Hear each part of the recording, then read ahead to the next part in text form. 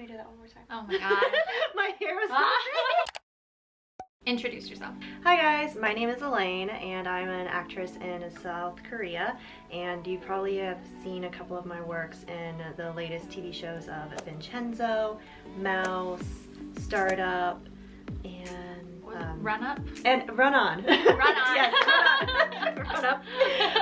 And most recently I also did the first episode of an upcoming drama, Daliwa Kamjatang. So the first episode comes out, I think, soon. Look out for her. If you see a white girl in any K-drama, it might be Elaine. If they're speaking. But actually. So I brought Elaine here because we just want to run through a few logistics. I know you guys have a lot of questions. A lot of people are really curious. So step one, if you're coming to Korea and you're thinking about doing an E6 visa, which is an entertainment visa, allowing you to act and entertain and sing and all that jazz, what do you have to prepare? So in order to make yourself more competitive and to qualify, you definitely need a couple of things, including a portfolio. So what is a portfolio? It includes professional pictures, aka headshots, as well as a resume of previous work experience. So if you are a student or you're just starting into your career, that's okay. The kinds of experience you can put down are student films, projects, basically anything, any kind of entertainment experience. Please note that down, including special skills like languages or different types of hobbies. If you actually have a proof of previous work, such as a reel, then that is a combination of different types of video projects and clips that you've had in the past, and you put those together. If you're modeling, then you just have a modeling portfolio. The best image is usually one or two of an event that happened. You don't want to have any more like three or more, then it gets too much. So what if I have no professional experience? What could I technically prepare for that? Right. Would my Instagram shots be okay? I want to say depends on the Instagram shots, but usually if you want to be taken seriously as a professional, you would get professional quality work, such as paying for a headshot photographer. Now there is a difference though between getting a headshot photographer outside of Korea and then within Korea, and the different types of styles. So I would recommend putting time and effort and finding something worthwhile and quality based, because this is an entertainment industry that focuses on your outer image. You want to present yourself in the best way. So when you send pictures to potential companies to cast, you want to look your best, because you only have within a second for them to decide yes or no. However, at the same time, that does not mean spending thousands of dollars on a headshot photographer, when the reality is that when you come over here, you'll probably have to retake different types of images. So next, I think the most important bit, how do I find an actual company? Right, and that's one of the questions that I've been asked a lot. And so in terms of finding a company, the most important number one rule, you have to be in Seoul. Why do you have to be in Seoul? When you're here, you are plugged into the different types of networks, whether that is within the Korean casting, the foreign actors and other entertainers. Why is it important? Because say that you are approached by a company or by a casting agent or a sponsoring person and you don't know them, you can refer them within these different types of communities. How do you find these communities? Social media. Isn't it great? Yeah, it really is. How do I find all these people I don't know? However, here is something that's very important. It is very difficult to just list off random names of companies or individuals. Yeah, like you won't find anywhere with like a list of names. Correct, and even when you go online or Google, sponsors to company in Korea. I want to be an actress, where do I sponsor? These names don't show up because a company gets the official certificate from the government to sponsor foreigners. However, that company closes down usually within like a year or so. So these companies change all the time. However, the individuals then end up leaving, branch out, start their own companies. But how do you know what these companies' names are? Ding! This is why it's important to network. So say that you get approached by so-and-so from a star company and you're like, oh, this is great, but then you reach out into the foreign network community, you ask them, and they're like, oh, this person used to work at this former modeling company or this former casting company, we know them. And so this is why it's important to be here plugged in within the network, because I want to say 99.9% of the time, if you are approached to pay for a visa or any kind of sponsoring through social media when you are outside of Korea, most likely it is a scam.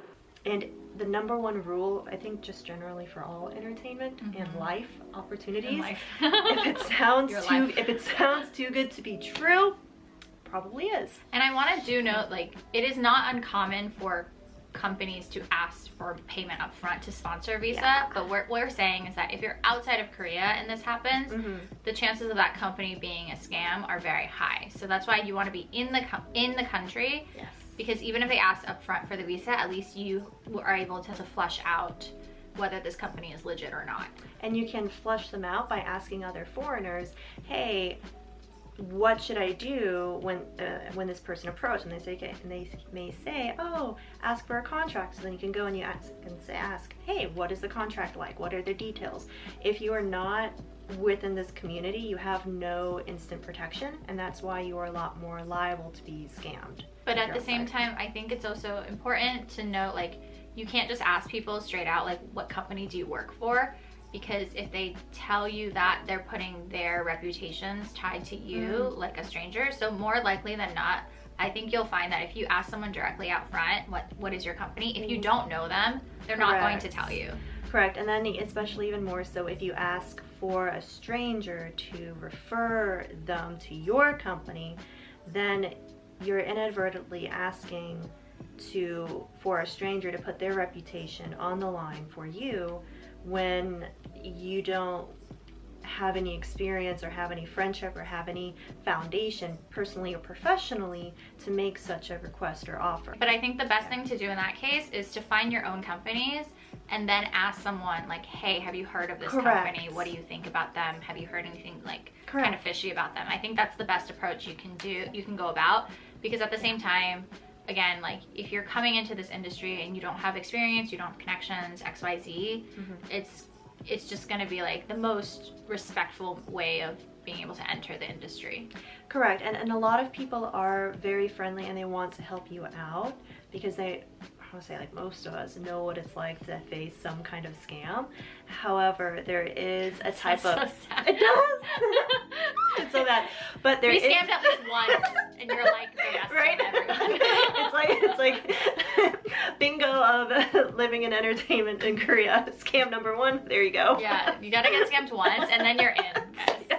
Right. Before coming over here and trying to pursue a serious, legitimate entertainment career, my biggest advice is to already start an entertainment career locally where you are.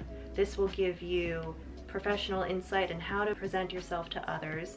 It'll give you skills that will be an asset to whatever companies will sponsor you, and it'll give you materials that you can use in the application process, because part of the process you need a confirmed letter by the Ministry of Culture and Arts that usually the sponsoring company will ask for.